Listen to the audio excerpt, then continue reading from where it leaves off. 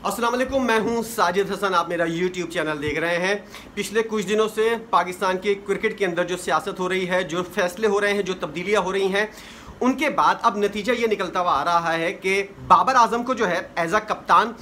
बचाने की कोशिशें की जा रही हैं। ये तमाम तर चीज़ें जो हो रही हैं वो शाहीन शाह अफरीदी ग्रुप के ख़िलाफ़ हो रही हैं और बाबर आजम के जो पसंद करने वाले लोग हैं उनके अंदर इजाफा होता जा रहा है। और पीसीबी के अंदर सबसे बड़ी जो पसंदीदा शख्सियत है बाबर आजम को पसंद करने वाली, उसमें मोहसिन नकवी साहब खुद शामिल हैं, क्योंकि वो समझते हैं कि बाबर आजम जो है वो पाकिस्तानी टीम की कप्तानी के लिए अहल बंदा है। लेकिन इसके बावजूद भी अब दूसरा ग्रुप जो है वो बाबर आजम को बदनाम करके और इस तरह बाबर आजम को कप्तानी से हटाने के लिए जो है वो सरगर्म नजर आता है। आपने सुना होगा शाहिद खान आफरीदी का बयान, जिसके अंदर उन्होंने ये वाली बात कही थी कि बाबर आजम को मुतादिद मौके मिल चुके हैं, इतने मौके किसी कप्तान को नहीं मिले। ये सही बात भी है, कोई ऐसे माजी के अंदर बाबर आजम ने कोई झंडे नहीं गाड़े, लेकिन इस तमाम तर सूरत हाल का फ़ायदा जो है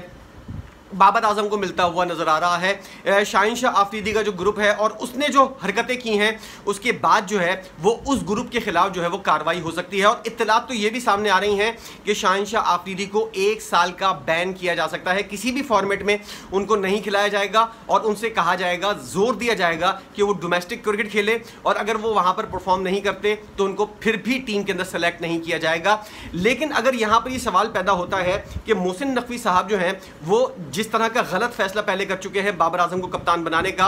वो फैसला क्या उसको बरकरार रखने के लिए मजीद गलत फैसले करेंगे? हमने देखा है अगर एक सही तरीके से जायजा लिया जाए बाबर आजम की कप्तानी का, तो ये सूरत हाल उस वक्त से ख़राब हुई है जब बाबर आजम ने 50 ओवर्स के वर्ल्ड कप के अंदर इंतहाई नाकिस कप्तानी की। उसके बाद शाहीन शाह अफरीदी को कप्तान बनाया गया और एक सीरीज़ की बुनियाद पर शाहीन शाह अफरीदी को हटाया गया, दोबारा बाबर आजम को कप्तान बनाया गया और उसके बाद जो है वो बाबर आजम और शाहीन शाह ग्रुप जो है वो आपस में लड़ते रहे। अगर आपको याद हो कि 2023 के 50 ओवर्स के वर्ल्ड कप से पहले बाबर आजम एंड कंपनी यानी कि शाहीन शाह अफरीदी, जिसको हम दोस्ती यारी गैंग कहते हैं, मोहम्मद रिजवान, शादाब खान और जितने भी सारे इधर इर्द गिर्द के हसन अली हुए, जितने भी लोग थे वो तमाम लोग बाबर आजम को सपोर्ट कर रहे थे, लेकिन बाबर आजम ने उसके बावजूद भी कोई तीर नहीं मारा था। 2021 के वर्ल्ड कप के अंदर बेशक ये जवाब पेश किया जाता है कि हम सेमीफाइनल में पहुंचे, उसके बाद हम फाइनल में पहुंचे, फिर एशिया कप हुआ, उसके बाद एशिया कप हुआ, फिर 50 ओवर्स का वर्ल्ड कप हुआ, बाबर आजम ने कोई तीर नहीं मारा। इसलिए कप्तानी के अंदर जो है वो बहुत ज़्यादा गलतियाँ हैं, फ्लॉज हैं, जिसकी वजह से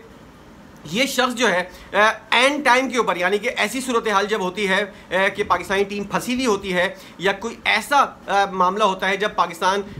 मुखालिफ टीम जो है वो टारगेट चेस कर रही होती है, इंतहाई बेवकूफ़ाना फ़ैसले बाबर आजम ने एक दफ़ा नहीं हज़ारों दफ़ा किए हैं, मुतादिद मरतबा किए हैं, जिसकी वजह से ये जाहिर हो गया, ये साबित हो गया कि बाबर आजम जो है वो कप्तानी का मटेरियल नहीं है। अब पीसीबी के अंदर से क्या जवाब पेश किया जा रहा है? एक जवाब पेश किया जा रहा है कि इस वक्त पाकिस्तान के अंदर बाबर आजम के अलावा कप्तानी का कोई ऑप्शन मौजूद नहीं है। अगर रिजवान को भी साइडलाइन कर दिया जाए, शाहीन शाह अफरीदी को भी साइडलाइन कर दिया जाए, तो फिर पाकिस्तानी टीम का कप्तान कौन होगा? ये वो जवाब है जो इस वक्त पेश किया जा रहा है पीसीबी के अंदर भी, और पीसीबी वाले दुनिया भर के अंदर यानी कि पाकिस्तानियों को ये वाली बात बताने की और इस तरह की चीज़ें बताने की कोशिश कर रहे हैं कि पाकिस्तान के पास जो है वो इस वक्त कप्तानी का कोई ऑप्शन नहीं है। चैंपियंस ट्रॉफी सर पर खड़ी है, इसलिए इस वक्त इस पोजीशन के ऊपर किसी नए कप्तान को जो है वो मौका देना और उसको आजमाना जो है वो पाकिस्तानी क्रिकेट के लिए जो है, जो पहले ही बहुत ज़्यादा ख़राब हो चुकी है, बहरान का शिकार है, उसको जो है वो बहुत ज़्यादा नुकसान पहुंचेगा।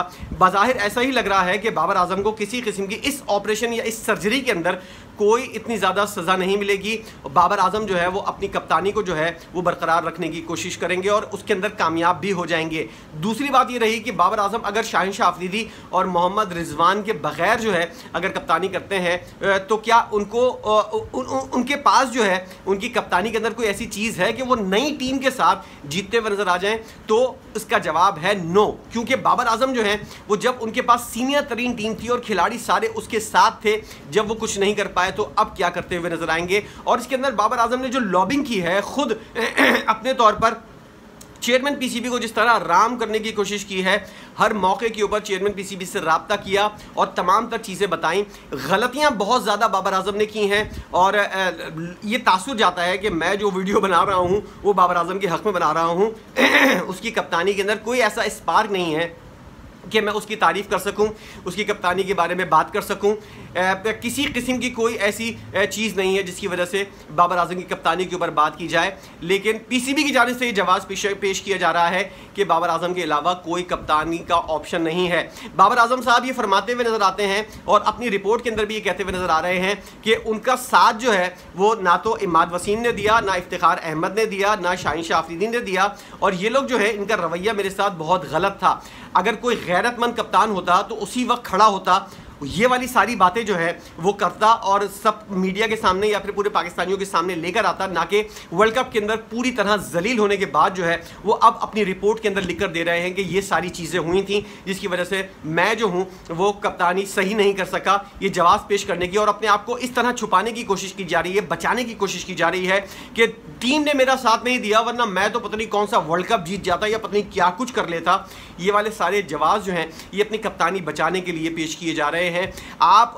उस वक्त खड़े होते लेकिन जवाब ही पेश किया जा रहा है कि एज अ कप्तान जो है वो अगर मैं इस तरह खड़ा होता तो पाकिस्तानी टीम जो थोड़ी बहुत बिखरी थी मुकम्मल तौर पर बिखर जाती और वर्ल्ड कप के अंदर इससे ज़्यादा बुरा हाल हमारा होता। ये बहुत बुरा हाल है, इससे ज़्यादा बुरा हाल और क्या हो सकता था, मुझे ये वाली बात समझ में नहीं आई। लेकिन बज़ाहिर ऐसा लग रहा है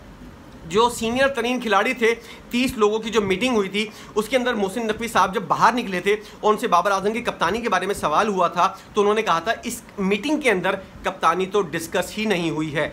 ये एजेंडा इस वक्त पाकिस्तान क्रिकेट बोर्ड का है ही नहीं कि बाबर आजम को कप्तानी से हटाना है या किसी दूसरे खिलाड़ी को कप्तान बनाना है। सर्जरी की बातें हो रही हैं कि टीम के अंदर कप्तान का साथ किसने नहीं दिया, कोच का साथ किसने नहीं दिया, और ये सारी बातें जो है उन चीज़ों को हटाने की कोशिश की जा रही है कि जो पाकिस्तानी टीम के अंदर ग्रुप बंदी कर रहा था, कप्तान के खिलाफ चल रहा था, कोच के खिलाफ चल रहा था, उसको पहले सज़ा दी जाए। कप्तानी का मामला जो है वो बाद में डिस्कस किया जाएगा, पहले सर्जरी के बारे में फैसला हो। और इसीलिए कप्तानी के ऊपर अब तक किसी ने कोई बात नहीं की है और बज़ाहिर ऐसा लग रहा है कि कप्तानी को बाबर आजम की बचाने की कोशिश की जा रही है चैंपियंस ट्रॉफी तक, और इसके अंदर जो है पीसीबी खास तौर पर इन्वॉल्व होता हुआ नजर आ रहा है। गैरी क्रिस्टन जो है उन्होंने भी ये वाली बात की थी लेकिन अब वो भी खामोश होते हुए नजर आ रहे हैं क्योंकि ये वाली बात जब सामने आई थी कि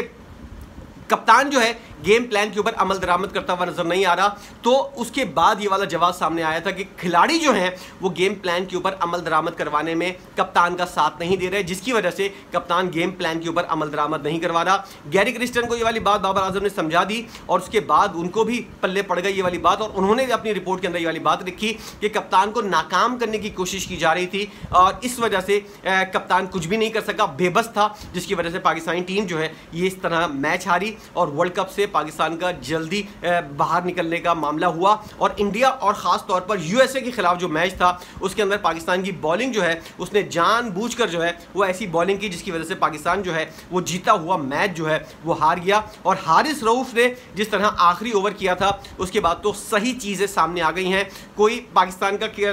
जो देखने वाला है वो भी ये वाली बात देखकर बता सकता है कि ऐसे मौके के ऊपर 6 बॉलों के ऊपर 15 रन बनना एक बहुत बड़ा मामला है। उसके बाद सुपर ओवर के अंदर जिस तरह की जहालत बाबर आजम ने की थी अपनी कप्तानी के अंदर, आप कप्तान हैं, आपको किसने मना किया है कि इफ्तिखार अहमद जो है, अच्छा इफ्तिखार अहमद बाबर आजम के खिलाफ चल रहे हैं, एक तरफ बाबर आजम ये वाली बात बोलते हुए नजर आ रहे हैं, दूसरी जानिब जो है इफ्तिखार अहमद को पावर प्ले के अंदर फखर जमान को दूसरी साइड के ऊपर खड़ा करके इफ्तिखार अहमद को जो है वो स्ट्राइक दिया जा रहा है। ये इंतहाई जाहिलाना बात है कि बाबर आजम जो है वो अपनी कप्तानी के अंदर ये फैसला भी नहीं कर सकते कि स्ट्राइक कौन करेगा, संभालेगा। फखर जमान जैसा बंदा साइड में खड़ा हुआ है, उसने कितनी बॉलें खेली हैं और कितना अमल दरामद उसने अमल किया है, इम्पैक्ट डाला है पावर प्ले के अंदर। और दूसरी बात यह है कि मोहम्मद आमिर से आपने ये वाला ओवर क्यों करवाया? अगर आप कप्तान थे तो आपको दूसरा फैसला करना चाहिए था। मोहम्मद आमिर जिस तरह की बॉलिंग कर रहे थे उनके अलावा आपके पास बहुत ज़्यादा ऑप्शन थे, लेकिन सबसे मेन जवाब जो ये पेश होता है कि इफ्तिखार अहमद जिनके बारे में बाबर आजम बाद में लिखते हुए नज़र आ रहे हैं कि वो आपके खिलाफ थे तो आपने स्ट्राइक उनको क्यों दिया, ये एक तरह से बहुत बड़ा सवाल है। बाबर आजम भी इस तरह फंसता हुआ नज़र आ रहा है कि अपने आप को बचाने के लिए वो इस तरह के बहाने करता हुआ नज़र आ रहा है, लेकिन जब देखा जाए तो बाबर आजम वही चीज़ें करता हुआ नज़र आ रहा है। किसने मना किया था बाबर आजम जैसे जाहिल कप्तान को कि तुम अबरार अहमद को बिठाओ? और वो ग्रुप इतना हावी था, क्या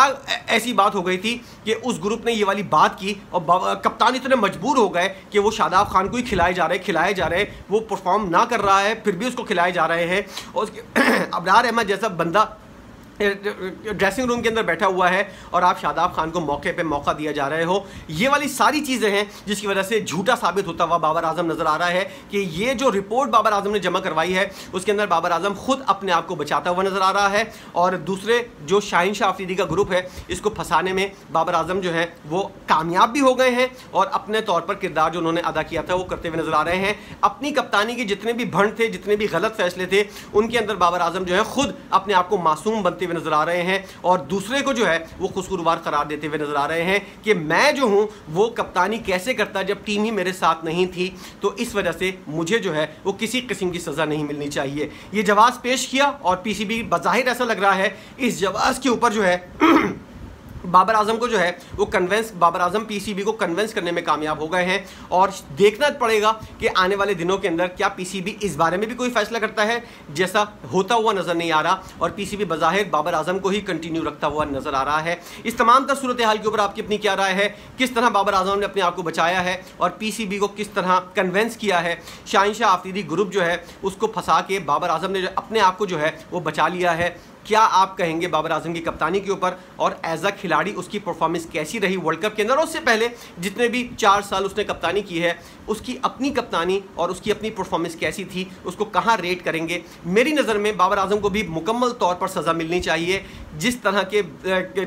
कप्तानी और जिस तरह की ग्रुप बंदियाँ, जिस तरह की फ़ैसले उसने किए हैं उसके ऊपर बाबर आजम को भी सज़ा मिलनी चाहिए। बज़ाहिर ऐसा लग रहा है कि बाबर आजम को सज़ा नहीं मिलेगी, लेकिन ये चीज़ पाकिस्तानी क्रिकेट के लिए बहुत ज़्यादा गलत होगी और नुकसानदेह होगी। इस तमाम तर सूरत हाल के ऊपर आपकी अपनी क्या राय है ज़रूर बताइएगा, मुझे इस बात का इंतज़ार रहेगा। आप क्या सोचते हैं और क्या ऐसा होना चाहिए ये कि पाकिस्तानी क्रिकेट सही हो सके? अपनी राय का इज़हार ज़रूर कीजिएगा। वीडियो देखने का बहुत शुक्रिया।